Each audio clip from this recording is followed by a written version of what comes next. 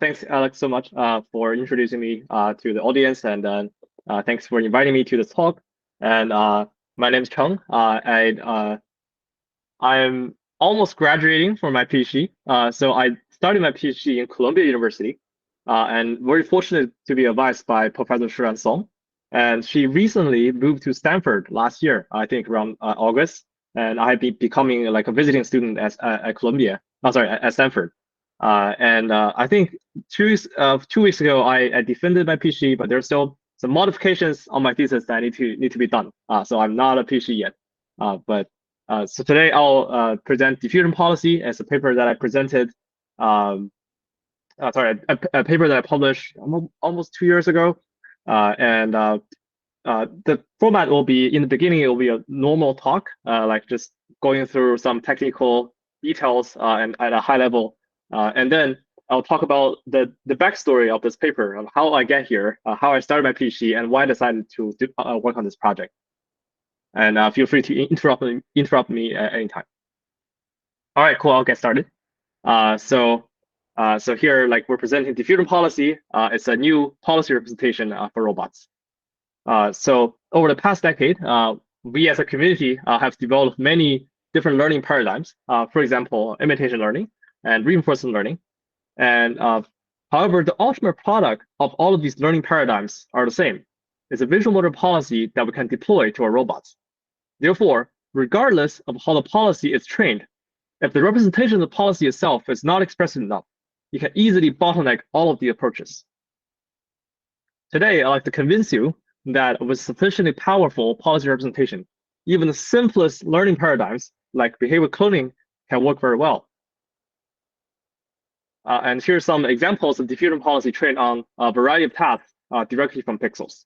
And you can observe some interesting behaviors, for example, recovery from failure and robustness against perturbations and occlusions. So what is diffusion policy? I think many of you might be familiar with diffusion model for image generation. Here, we're using a similar idea to generate robot actions. So in diffusion model, well, like for example, like a Midjourney is a text condition image generation model. So the input is text, and then the output is an image, and then the image is generated using a diffusion process. And in our case, policy's input is image, and the policy's output is a sequence of actions that is being generated using diffusion model. And here in the bottom, we have an example that's shown as a sequence of 2D n-factor positions, which is the action space for this task. It's a mirror of the simulation pushy task. But the method can generalize to pretty much any dimension for degree of freedom for your robot. Yeah, so concretely, we start with Gaussian noise, and then neural network is trained to predict the gradient of action to remove the noise conditioned on robot's visual observation. After a few of these denoising steps, it will give us a clean and executable action trajectory. And the whole denoising process is our policy representation. It repeats at 2 Hertz, resulting in a reactive closed-loop behavior. So with this simple formulation, diffusion policy is able to simultaneously address a number of challenges in policy learning. And today I'll highlight 3 of them. First is the capability of representing action multimodality, which in this scenario, there are multiple valid actions for the same observation. For example, on the left, we have this push T example. The goal is the blue dot is like the robot, and then the goal is to push this gray T into this green area. So at this exact moment, there are 2 perfectly equally valid actions to take. One is to go around the top of the T and push it. Another one is to go from the bottom to push it. In fact, both of these modes exist in our training data. And for a human demonstrator, depending on our mood, we might randomly take one on the top or one on the bottom. And we can imagine that if both of these data exist in the training data set, if your policy representation is a function, then it will get very confused, which is actually really the assumption of a lot of the prior behavior cloning or policy representations. So as we all know, neural networks, speed-forward neural networks, is a universal function approximator. So it's really powerful for representing function, but it can also only represent functions. And here, the difference is that now what we want to represent is a bimodal distribution instead of a function. Given one input, sometimes we want to go on one way, sometimes we want to go the other way. And if we represent it as a function, and let's say if we train with something like L2 loss, then the policy will learn to take the average between to minimize the distance to all data points. As a result, it will learn the average of all data, and it will probably go through the middle. And imagine you're driving a car, you're trying to avoid a tree. Then if you do like action regression, then like it will go straight through the tree and then crash. Similarly, so I guess one of the surprising thing is that this action modality, of course, we can construct this very specific case where action multimodality is important, but it's actually surprisingly common. And my observation is that a lot of these action multimodality comes from pausing behavior. For example, in the middle, here is the real version of the push T task. The task is not only to push this T into the center region, but also after it is done, the robot needs to decide, now I'm done. I need to go to the upper right. There's a circle I draw on the table. That's the exit location. And you can imagine there are many instances during this episode where the T is somewhere there, somewhat inside, and but so like anytime the policy can exit, but also you can just spend a little bit more time keep refining the pose of the object. And humans sometimes, depending on whether I'm tired or not, will make very different decisions at different points on whether this is good enough or not. And pretty much that creates a huge amount of action multimodality. And if you don't use a representation, for example, like diffusion policy, then the policy will struggle. So previous method often attempts to approximate these multimodal distributions with categorical distributions or mixture of Gaussians, which ultimately limits their precision. Categorical distribution means classification. So imagine if I have a one-dimensional action space, then I just chop into bins and then predict the likelihood for each bin, and then I can sample from this categorical distribution. So this works well when your action dimensionality is low, but the number of bins that need to fully specify this distribution grows exponentially with the number of action dimensionalities. And when it gets to 6 or 7, pretty much it will eat all of your memory. So usually researchers take shortcuts. For example, they actually represent each dimension as independently a categorical distribution and then sample from them independently. And then that causes like problems like aliasing, where it creates phantom modes that doesn't exist in the data set. Another popular example is use this mixture of Gaussian, which means that pretty much you use your policy to represent, instead of one number per dimension, you represent 3 numbers per dimension. One is, well, maybe more than 3. Number 1 is that you specify like k number of Gaussians, and then you first predict a categorical distribution for which Gaussian you pick, and then you're also regressing the mean and the variance for each Gaussian. And then the problem is that, like in theory, this model, if you have infinite number of Gaussians, it's also very expressive. The problem is that it's very easy to get like numerical problems. Like it's very hard to optimize this mixture of Gaussian model. As a result, the performance is usually not very good. And the advantage of diffusion policy or diffusion model in general is that it can easily capture these multimodalities. It can represent discontinuous distributions, peaky distributions, and multimodal distributions. And intuitively, you can think of the denoising process as a gradient descent process in the action space, where the predicted gradient field can have any number of local minimas. Each captures a mode. And here is a quick comparison with other policy representations, which either capture only one mode or oscillating between multiple modes. The second advantage of diffusion policy is that it scales well with the output action dimensions, which I described earlier. As a result, we can easily afford to predict a long action sequence instead of a single step, which turns out to be critical to ensure temporal consistency among output actions. And finally, diffusion policy is also quite stable to train, which is also essential for robotics. This stability is especially compared against energy-based models, which I'll talk about later. And this, because for robotics, checkpoint selection often requires very expensive real-world evaluation. It's not like a metric that you can log during training. So if you have to select, if for example the model is easy to overtrain or either overfit, or if the model will easily diverge, you might not even know during training, and then you have to run every single checkpoint on the robot to figure out which one is good. That will be a very tedious and very error-prone process. And to demonstrate these advantages, we evaluated diffusion policy across 12 tasks from 4 different benchmarks. It ranges from simulation to real-world evaluations, single and multitask benchmarks, rigid and fluid object, data collected by single and multiple users. And overall, I found consistent performance boosts across all tasks. And since the published in the paper, my colleagues at Toyota Research Institute has been working on scaled-up diffusion policy to apply it for more tasks. And I think they are at a few, like maybe 100 tasks now, and I think seem to be scaling pretty well. So this slide is a little outdated. I was recommending to try my code base using my GitHub or the Colab notebook. But now you should probably try LeRobot. I think it has a really great implementation of diffusion policy. Okay, cool. So that's the regular part of the presentation. And then now I want to talk about a little backstory of how I got here. So when I started PhD, more like when I was an undergrad, I was always interested in robotics. And I have been doing a lot of research on deformable object manipulation because that's like actually really hard if you use classical motion planning.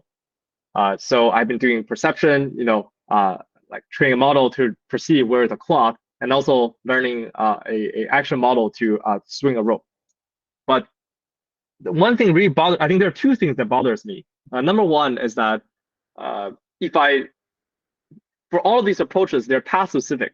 So every time I have to switch to a new task, and he'll throw away all the old code base and start scratch. And then even if I do machine learning, usually it's machine learning in a formulation that's hard fit, like overfit to one task. That's one thing. The number two is that how even specify tasks in that sense. So I can imagine if I were to do reinforcement learning or some other self-supervised learning method, and I want to show I as a user, I want to show the robot how specifically I want to fold this T-shirt into a specific pose. Like, how can I do that? Like, there's so many degree of freedom for this T-shirt. I have to write a complicated math function to somehow specify what's my preference for this task. And I don't think that's really feasible. And after I keep doing in this direction, I feel like maybe doing human demonstration is a much more intuitive way that simultaneously provides you the data and simultaneously specify the task you want to do. But I think at the time, there's a widespread belief that the neural networks are at the time are already good enough, and the only thing that's missing is a large amount of data. And we cannot get that amount of data by doing manual labeling. Therefore, this method will never work. And I think around this paper is published in 2021. This is one of my favorite papers led by Pete Florence at Google, and it's called Implicit Behavior Cloning. And actually, when I saw the result, I was like really impressed by like how natural these things move, and then you can accomplish these very difficult tasks that is very hard for me to write a reward function for. But when I'm trying out this result, this method, and also my colleagues at TRI, we are having a lot of difficulty on like reproducing on our specific hardware, and also sometimes the training success rate, like sometimes the checkpoint is good, sometimes the checkpoint is not good. As a result, it's like a really difficult experience.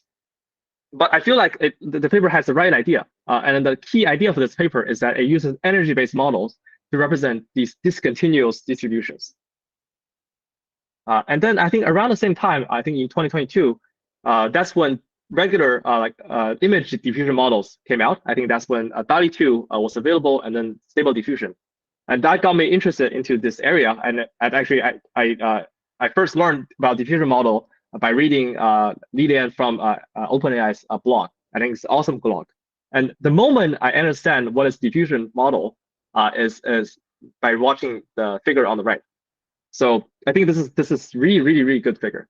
So on the top left, this is a 2D distribution, and we have this Swiss roll distribution.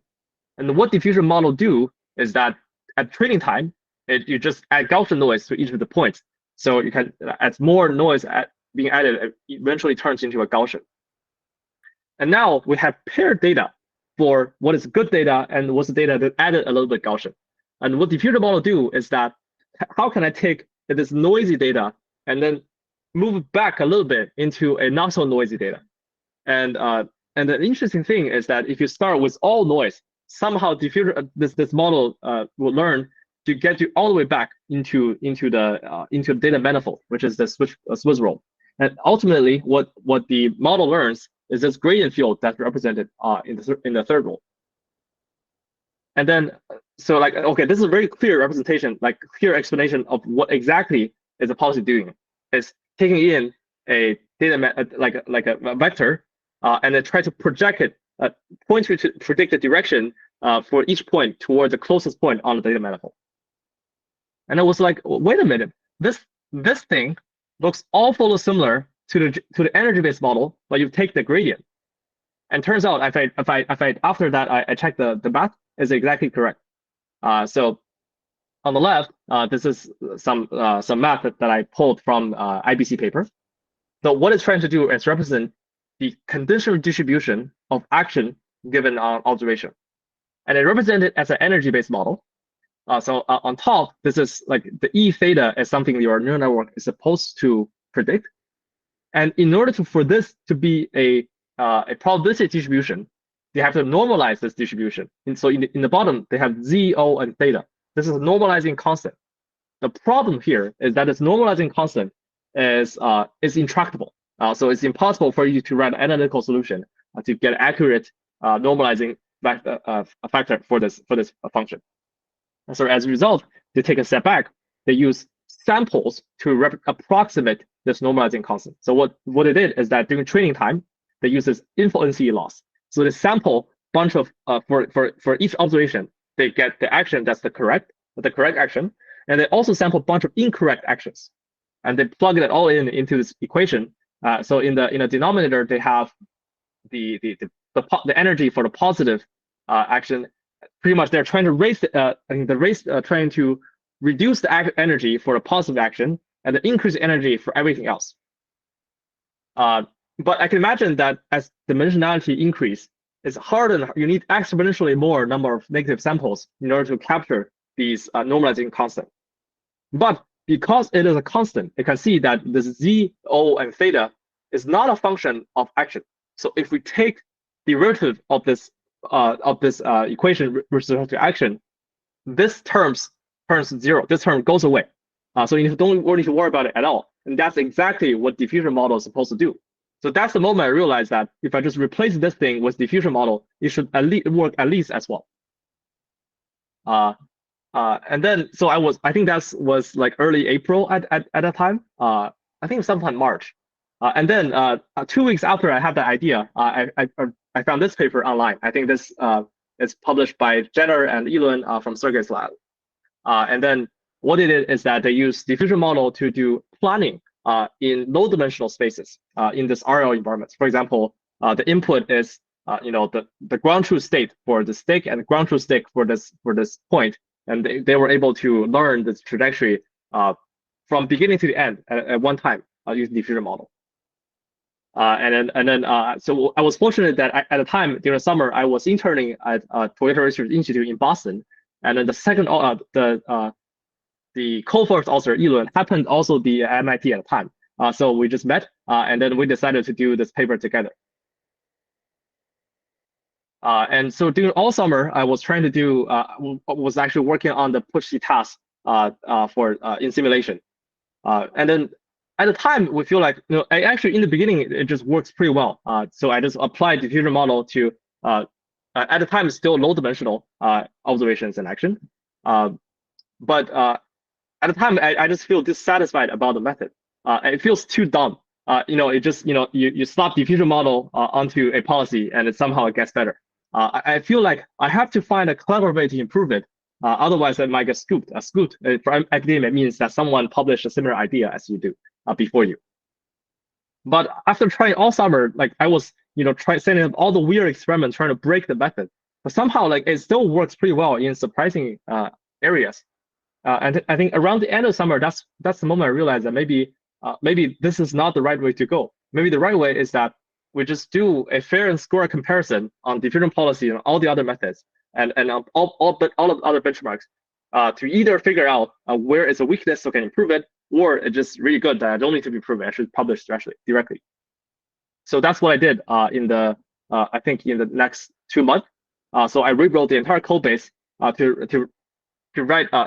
So at the time, I already know that I need to run a lot of methods and a lot of tasks. But at the time, there was no standardization around the interface between method and task. Each paper have their different data format. Each data have their action space format.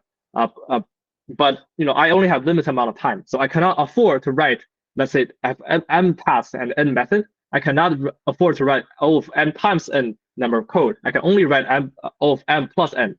And then so I structured the code such that there's a standardized input and output between all the methods and all the tasks, and that allows me to run these large scale experiments.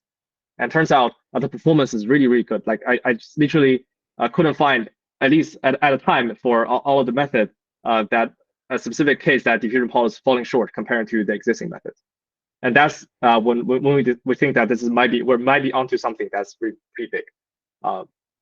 So immediately after that, I re-implemented the push T task in real world. So we pulled out a table, we pulled out a robot. I hand drawn, I 3D printed the T shape, and I hand drawn the goal pose on the table. And I collected, I remember like 160 demonstrations in one afternoon, which also is a realization, like collecting data wasn't so bad actually. And it works on first try. So the next day I trained model, I deployed, and it just directly worked. Not only that, I can perturb I can wave my hand in front of the camera. I can move the T around, and it will still work, which was really surprising to me. And then after that, my colleague at Toyota Research Institute, which is C1, he has been on all of my papers. He also he took my code and he re-implemented on Toyota Research Institute's software infrastructure, which is very different. And then he was able to get to work in also a week. That also tells that the policy is pretty robust and it's independent of my specific setup. And he did 2 of these tasks. One of them is I think at the time TR is really into cooking, and then so this is one of the tasks they did, spreading sauce on a pizza. And the second thing is to rotate this mug, which at the time I think is pretty mind-boggling that you can do this complex behavior with just a few I think 300 demonstrations at a time. Yeah, and then after that I think is the time to write paper, and then I think at the time of publication, which is RSS 2022, there are also 2 concurrent work that also works on diffusion models, pretty much similar to diffusion policy.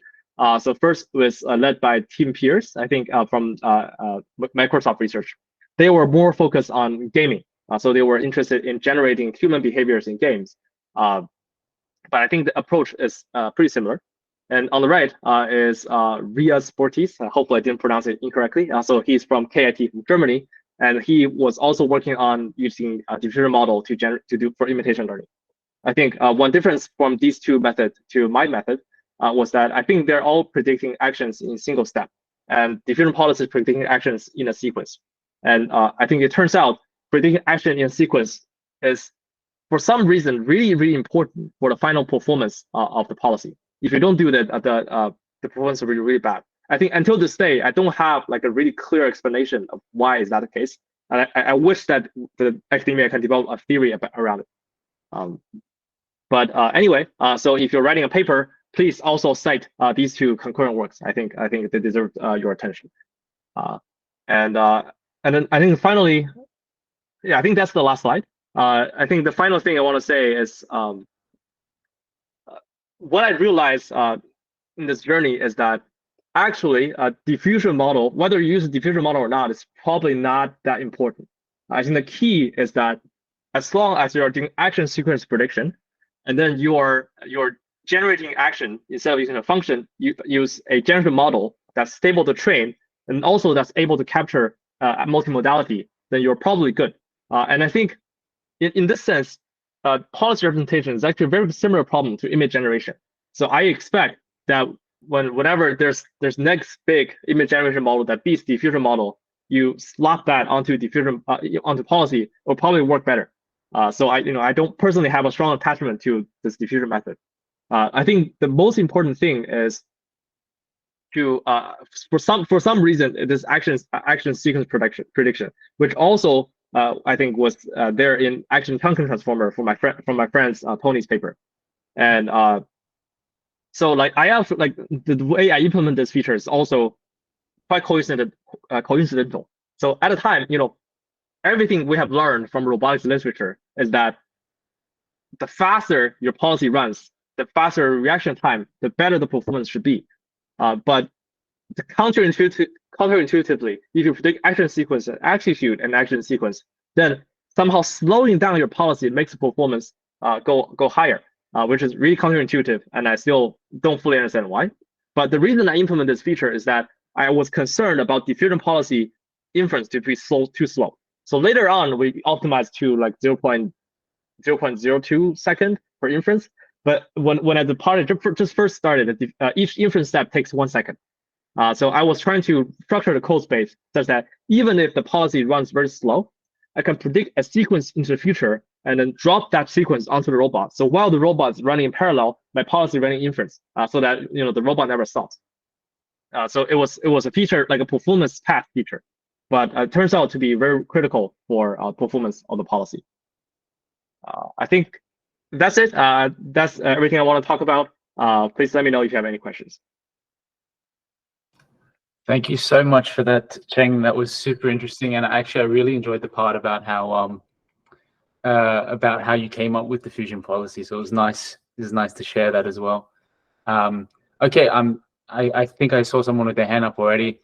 We don't have too many people, so feel free to just unmute and speak. And if it gets too much traffic, we'll go to putting your hands up.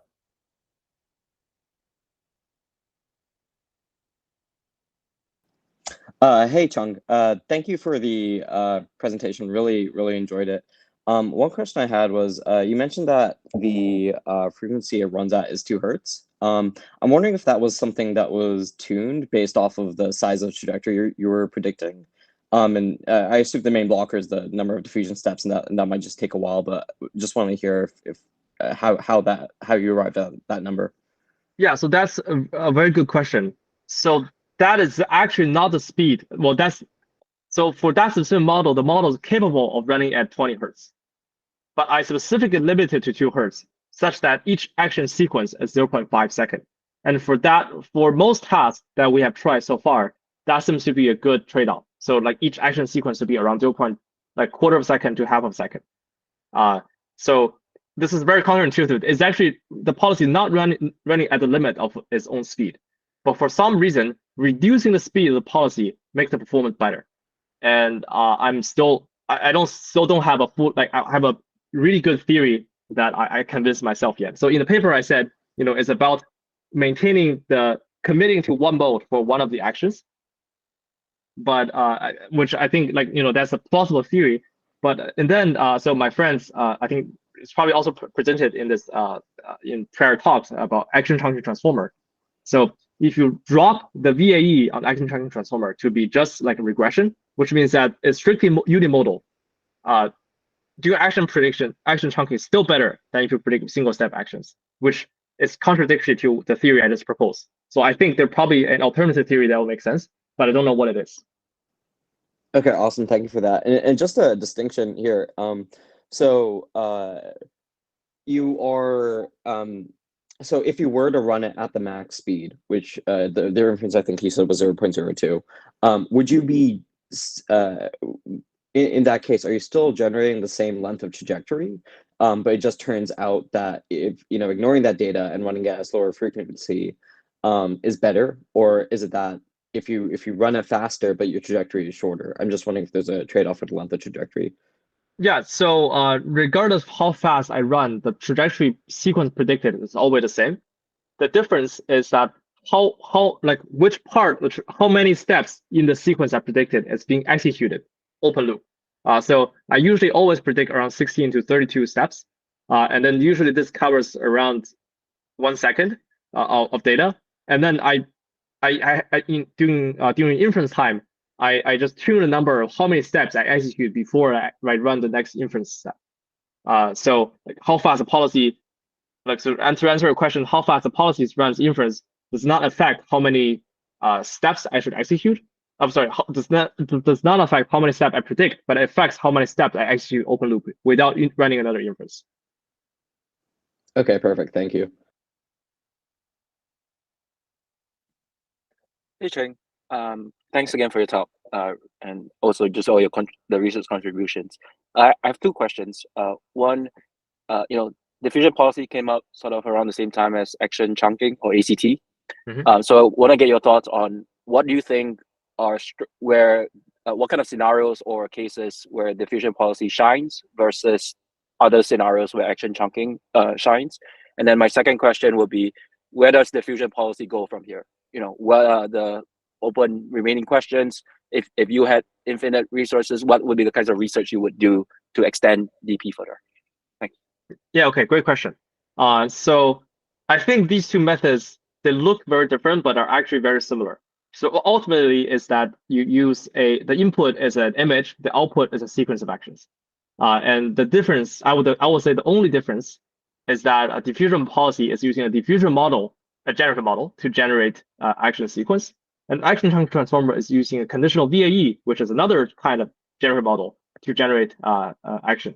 And I think the difference is that practically, I think when you're at low data regime, so when all of your data is collected by one person, then using action chunking transformer usually converge faster, and usually you can get away with less data. But in my experience, when you have more data points, especially if the data is collected by multiple people, where each people might do it slightly differently, which means that there's increased level of multimodality, then diffusion tends to perform better. And I think this is kind of self-evident. So if you go online and take a look at the images generated by VAE and images generated by diffusion, like the image generated by VAE is almost like a little blurry. It's almost like the average of different images, and the images generated by diffusion is usually very crisp. And if you click generation multiple times using multiple random seeds, the image look very different. I think it's like you can use that as an analogy about a difference between these two methods. And then as for like the future directions, I think right now we still don't have enough data.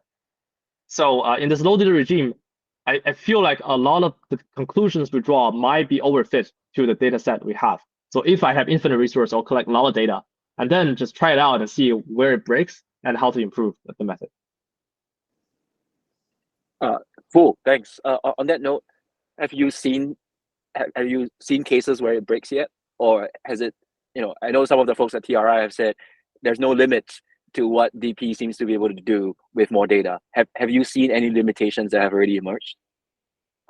So not obvious. So like it could all be. I think there could be non-obvious limitations that can be significantly improved, but I don't see something that fundamentally is broken yet.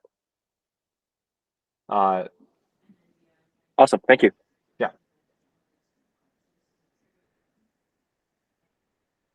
Yeah, Ram. Go ahead. I saw someone with their hand up. It was Ram. Ram, go ahead. Feel free to unmute.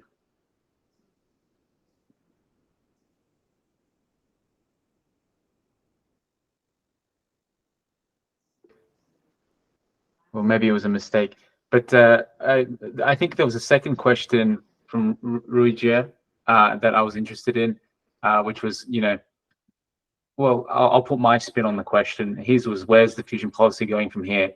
But also, like, it's been 2 years since you published diffusion policy, and I'm just, in combination with that question, wondering, have there been any like major tweaks and enhancements since then, or would you say it's kind of like, well, the work has kind of, or is still relevant in the same form that it was when you put it out? Yeah, good question. So actually, in the past year, I haven't been super focused on improving the policy itself. So like I'm right now I'm still using the same thing as I did 2 years ago. I think there must be like better improvement out there from academia. I just that I haven't been super focused on like figure out which one is better. So in the past year, I have been focusing on how to get more data.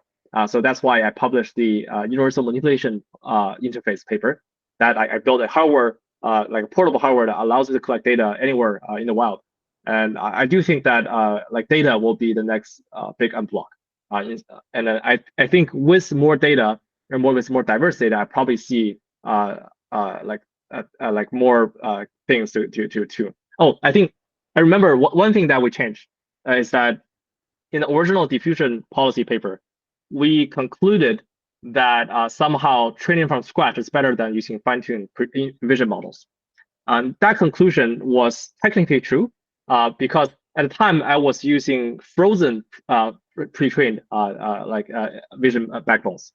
But now I think with inside the new UMI paper, instead of doing that, we do fine-tuning for vision backbone, and that works better than using pre-trained. So I think for one of the best, the largest model we trained, that's using VITL trained operation on clip, and then we fine-tune on our interwild data cup reorientation task, excuse me, and then that performs significantly better. So I think that's one big difference that since what we did 2 years ago.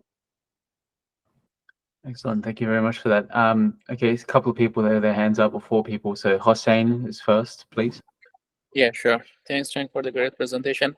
My question is related to the action space. In the paper, you mentioned that they like predicting actions in the position, joint position, is better than other types of action space. But as you know, like to be able to use other embodiments, it's better to predict either velocity or in the vector space.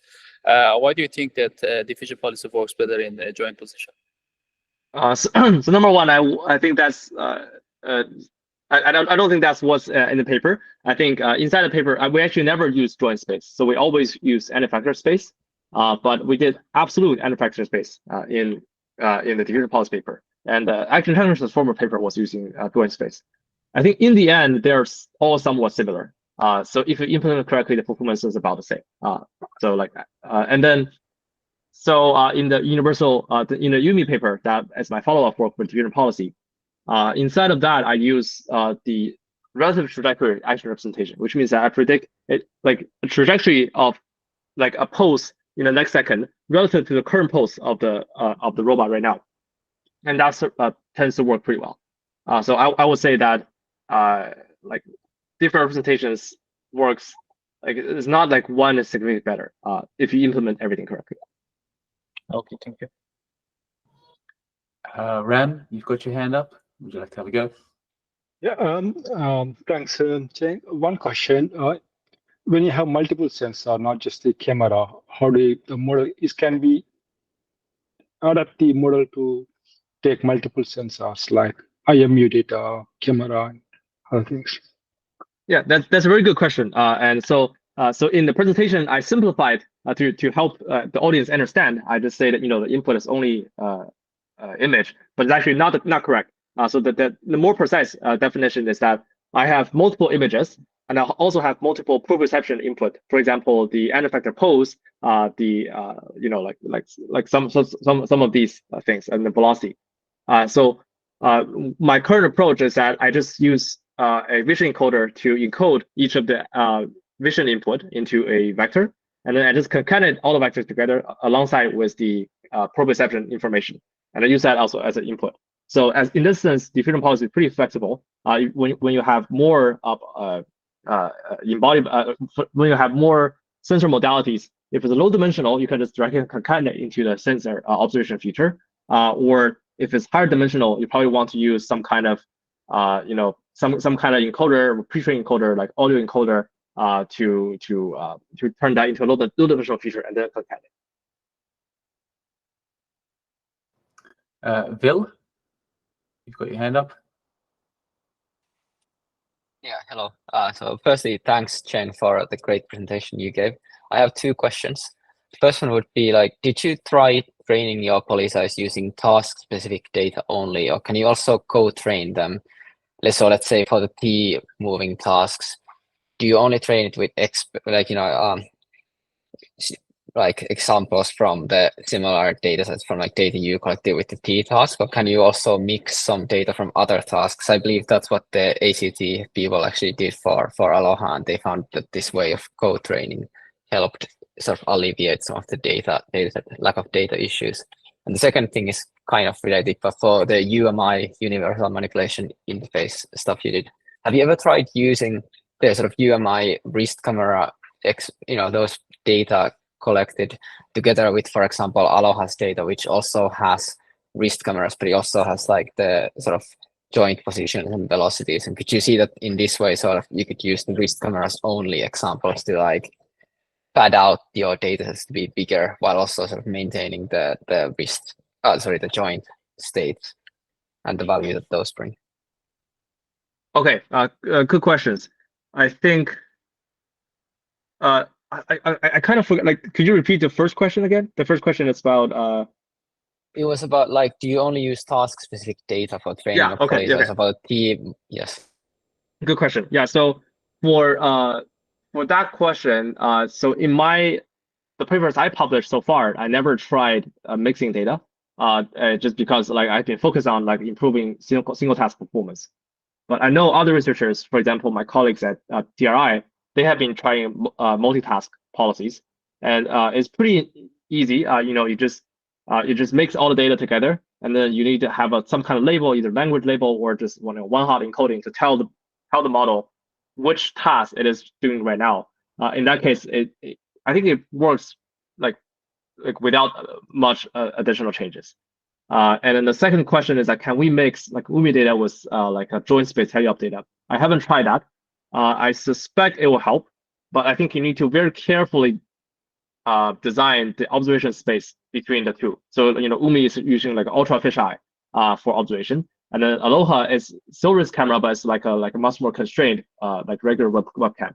I think you probably need to match the observation space for these two together in order for them to work.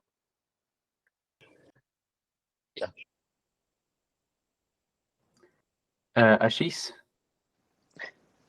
Thanks. So I'm actually really impressed that the UMI gripper works. The fact that you were able to take something from a grounded lab environment, potentially several cameras, you have all the information, to your single camera, you're out in the wild, and I have no idea how you set up like whatever kind of referencing your system. Could you talk a little bit about how like some intuitive understanding of how that just works, and also maybe if there is any comparison to ACT here, because I believe, in any experiments I've heard of with ACT, they still need, multi-camera setups. I think ACT will probably just work. I think none of these are fundamental limitations. So I think that the importance for UMI to work is more about how you design the observation and action space. So like if you design it correctly and influence everything correctly, I think you just you slap on any future improvement of imitation learning method will probably just work. So the important thing is that when I'm like for UMI gripper, I'm using like for each hand, I'm using the using a fisheye observation from wrist camera, and I'm also predicting the relative trajectory from this camera like into the next, so like relative to the current pose in the next second, how the gripper should move. So you can imagine that this is there's everything is relative to the current pose. As a result, we don't need really a global like reference system for like the policy have no concept about a global reference system. It only knows what I am right now. Given that observation, how should I steer around the hand? And I think that's one of the key things to make it work. And I think like this idea is not new. So for UMI, like for example, my advisor have published a paper called Grasp in the Wild like 3 years ago, and then they were using a like real sense camera and then doing reconstructions and then predict a model. I think the key difference is that number one, I think being able to predict multimodal actions was indeed a big improvement compared to what is available at the time. And the second thing is that you need to make sure just you make sure that there's so many engineering details that need to get right for this to work. Like if one thing doesn't get right, like the whole thing stops working. So it's just that you need to pay attention to all the details. For example, in the UMI paper, I need to use a fisheye camera. If you use a narrow field of view, then very easily the object you want to track goes out of view. You can't see it anymore. Then of course the policy wouldn't work in that case. And also, if you, I think in that paper we did just that the design of action space, SLAM accuracy, all of these need to be handled carefully. Perfect, thanks. Rui-Jet? Yeah, thanks. RJ here. Yeah, just to follow up on the question about sort of open questions. I was wondering what your thought is in terms of how to figure out when diffusion policy doesn't know what to do. Kind of doesn't, the policy is out of the data distribution. How especially if you want to incorporate it into a hierarchical planner or something, so to put in a different policy or something like that. How would you integrate almost uncertainty understanding or knowledge of out of distribution into diffusion policy? Okay, that's a very good question. So diffusion policy itself does not predict any uncertainty. So as of right now, but I think one behavior observed, I think it might be relevant for you, is that when the policy is out of distribution, it will almost regress into a unconditional distribution of actions. So let me give you an example. So usually when the policy is in distribution, it moves very confidently. It just goes straight to the object you want it to go. But when it's out of distribution, it's hesitating. It's jumping between multiple modes. And I feel like that is a good indicator of when the policy is out of distribution. And that's it's intuitively for me that when I see that, I know a policy is like somewhat in a space of not familiar. But I don't have a good mathematical mathematical correlation for that yet. But I think you can probably write a detector to find that and then to figure out whether the policy is out of distribution. Okay, that's great to hear, because I've definitely observed it in our own real world experiments using diffusion policy as well. Thanks. Cool. Sri? Hello, Cheng. Thank you for your presentation, and thank you for introducing diffusion models in general for robotics. So I'm trying to understand a comparison between like key point prediction policies like PERACT versus a diffusion policy. Like, does the uniqueness of diffusion come from predicting the fine-grained trajectory for manipulation rather than relying on a planner to go to the key point? So, like, what are your comments about these both types of policies? Yeah, so I'm not super familiar with PERACT, but from my understanding, PERACT can be understood as one of the methods that do categorical distributions. So I remember it predicts it predicts action, like pretty much like an action affordance in a grid, and then so like that's 3D, right? And then there's also rotation component. That's 3 more degrees of freedom. So the naive way is that you do a 6-dimensional hypercube and then discretize that and then predict that as your action space. I think that can certainly work in theory. The problem is that it will be too much memory needed for the policy to work to predict. The GPU will run out of memory very quickly. So what it did is that they used a trick to represent rotation. I think they split rotation into multiple dimensions and then predict a multimodal distribution, a categorical distribution for each dimension independently, and then sample. And then there's a problem. That is the problem that I mentioned is like phantom mode. Imagine, so like this is y axis, this is x axis, and then imagine I have a mode here, and I have a mode here. So if I discretize the grid and then just predict probability in each pixel, then of course here's a mode, here's a mode. But imagine if I predict a projected multimodal distribution for each dimension, then for y dimension I'll have a mode here, we'll have a mode here, and for x we'll have a mode here and a mode here. And when you're sampling together, you have a aliasing problem. So you first sample some of your x sample from here and from here, some of your y samples from here and here. Then you can also get a mode here and a mode here. So like these are undesirable behaviors. And then, as I think we have observed, I think one of my friends had observed that if you use per-act style prediction, it will, especially for rotation, it will sometimes like do weird things that it wasn't in the data set.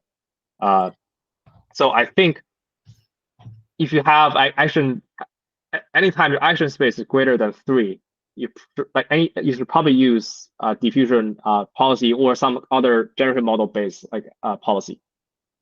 Okay, thank you. And I think the rotation, I think that's a good thing in your paper for diffusion, that you use this rotational transform instead of using quaternions or RPY, you were using the 6-dimensional rotational indices for which is better for training with neural networks, right?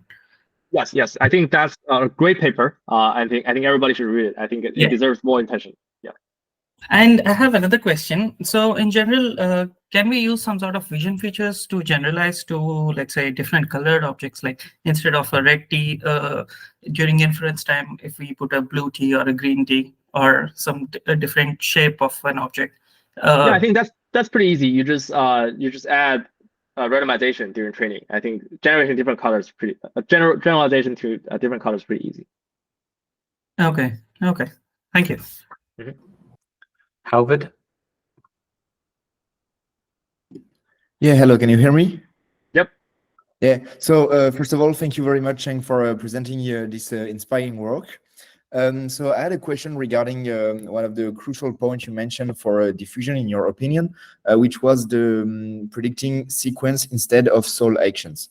And I was wondering, would you have any intuition on which length the sequence can be, and is there a limit in that? Because, for example, I was trying to adapt the diffusion policy to an environment with a frequency where the frequency is way higher than in the push T, for example. So if I was trying to have a consistent length in seconds, I would have to predict a way longer sequence. And since I hadn't been able to make it work yet, I was wondering if you had any intuition regarding that. Thank you.